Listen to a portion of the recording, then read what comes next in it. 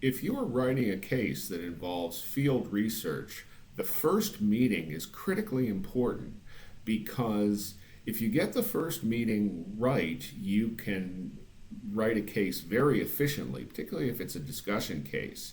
If you get it wrong, then it can take a lot of time to correct the misconceptions that are needed, and you can end up wasting a lot of the protagonist's time trying to figure out what you're planning to do with the case research. So you want to think about that first meeting and prepare for it before you go in. So, what are some of the things that you want to think about in the first meeting? Well, I would say the first thing that you ought to do is get a clear sense of the context. Hopefully, you've done your own research so that you're familiar with a lot of the terminology and vocabulary. But nevertheless, this is a good time to let the individual that you're working with, which I'll be referring to as the protagonist, talk a little bit about where he or she sees the industry going, what are some of the issues that he or she is facing, what is the historical context of the company, what kind of data sources might be available for the case researcher, because whenever you can, you always want to collect as much data as you can during the data gathering process for an authentic case, so that you don't have to keep going back and asking for things. You also may want to talk about things like confidentiality and so forth and get those out of the way right up front, because you don't want folks nervous about you going in and exploring their decisions. Now, the next thing you want to do is you want to identify who the protagonist of the case is going to be. And I have found that 90% of the time, the protagonist is actually the person who I first approach. So as a consequence, I usually come in having a pretty good idea. But you want to find out some background on that individual, and if it's not going to be the individual that you initially contacted, you want to identify the person who is going to be the decision maker if you're writing a discussion case. A research case is a little bit different because a research case typically does not focus on a decision maker, and as a consequence, you don't really have a protagonist in the same way. But since most of the work that I do is in discussion cases, I will tend to make that assumption throughout much of this checklist. You also probably want to talk with them about some of the more interesting situations that they faced recently. Get a sense as to what is on their mind. You can't really go in with a clear agenda necessarily. Find out what interests them, because if the organization is not interested in what you're doing, the process of developing a case is going to be very frustrating. Moving right along, once you've identified the protagonist in the organization, the next thing you want to focus on is possible topics for the case study. And if it's a research case, chances are you're going to have some specific topics that you're researching in mind. And really the question there is if the organization you're dealing with is likely to be a good site given what you're interested in. With a discussion case, I tend to take the opposite perspective, which is I identify situations that they find interesting and situations where there is a decision that needs to be made. Usually a big enough decision so it's not going to be made on the next day, but it might be made over the next month or 2 months or 3 months, something reasonably significant. So what you want to do is you want to find out, well, why is that decision interesting? And who makes the decision? Because organizations don't make decisions, people do. And ideally, if you're going to have a case, you want to have a decision that the protagonist is actually capable of making.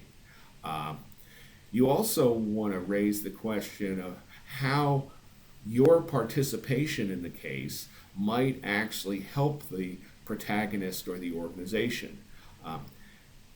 Particularly when you're dealing with discussion cases, just saying, wow, it's going to be great, you're going to be contributing to education, is not necessarily going to be sufficient motivation for most protagonists. But if they perceive that you have some specialized expertise that you're going to be willing to share with them, if they share their situation with you, that can be viewed as a win-win for both parties, and that's really what you're looking for.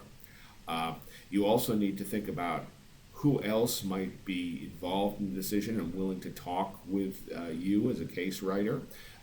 In some cases, this might even involve vendors or or customers, or even potentially competitors. And you want to get a sense as to who you're allowed to talk to, who they want you to talk to, in order to fully flesh out the decision. And of course, you want to find out what other available data sources that they can supply you with are available, because if you can't get the data, it's going to be very hard to write the case.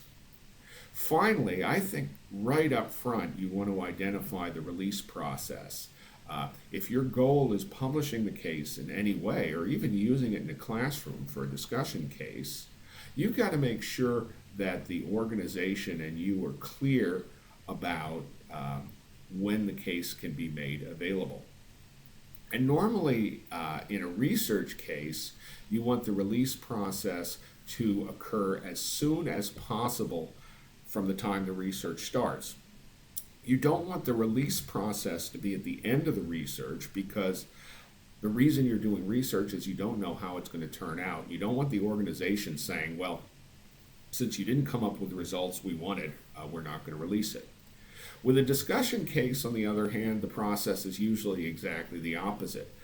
Typically, the release occurs at the very end, and what I do in most discussion cases is I say, look, if you do not like the draft, we'll try to change it. If we can't change it to your satisfaction, we'll throw it away.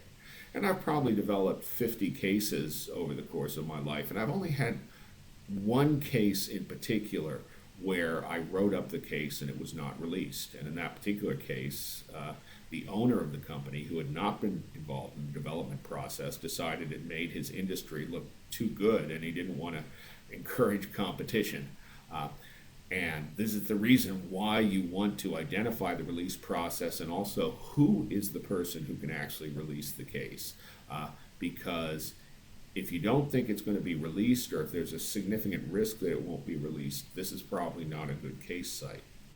If you want the case process to proceed reasonably smoothly, there are also some things that you probably want to bring with you to the first meeting, or possibly email in advance of the first meeting. These would include a biography of yourself, so they know what expertise they're potentially going to be getting if you are developing the case. Maybe explain the objectives of the case. One thing that I found in some case development is that engineers may have a very different idea of what a case study means from managers. So that I was at one site where engineers assumed that if you were writing a case study, it was to document some disaster. Well, needless to say, most organizations do not want to document their disasters, and I didn't really have any interest in writing about the disasters. So I had to explain to them what a discussion case was, because that's what I was working on. The same is true of a research case, because you can't necessarily assume that managers are always going to understand the academic research process.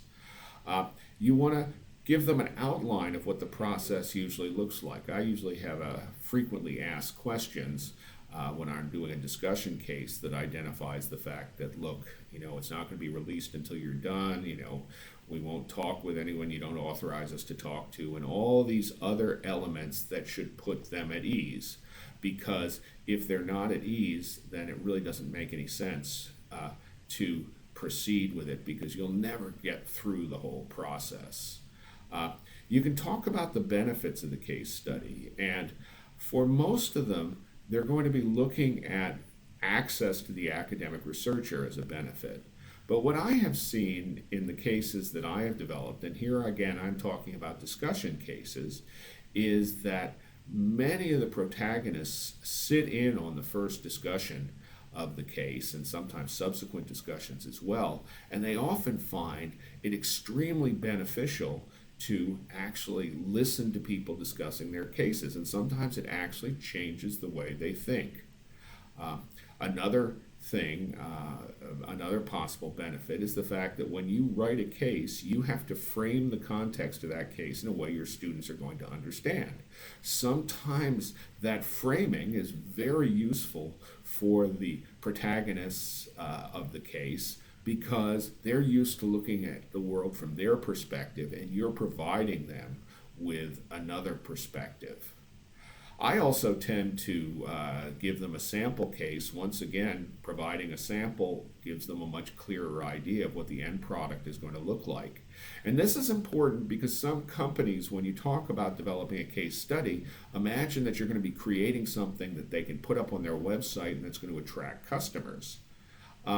While some companies may want to put the case up on their website, the purpose is not to attract customers. The purpose is to stimulate discussions. And if they don't understand that, you can get in the uncomfortable situation where they're trying to have you rewrite the case so it's a showcase as opposed to a case that's suitable for research or discussion purposes.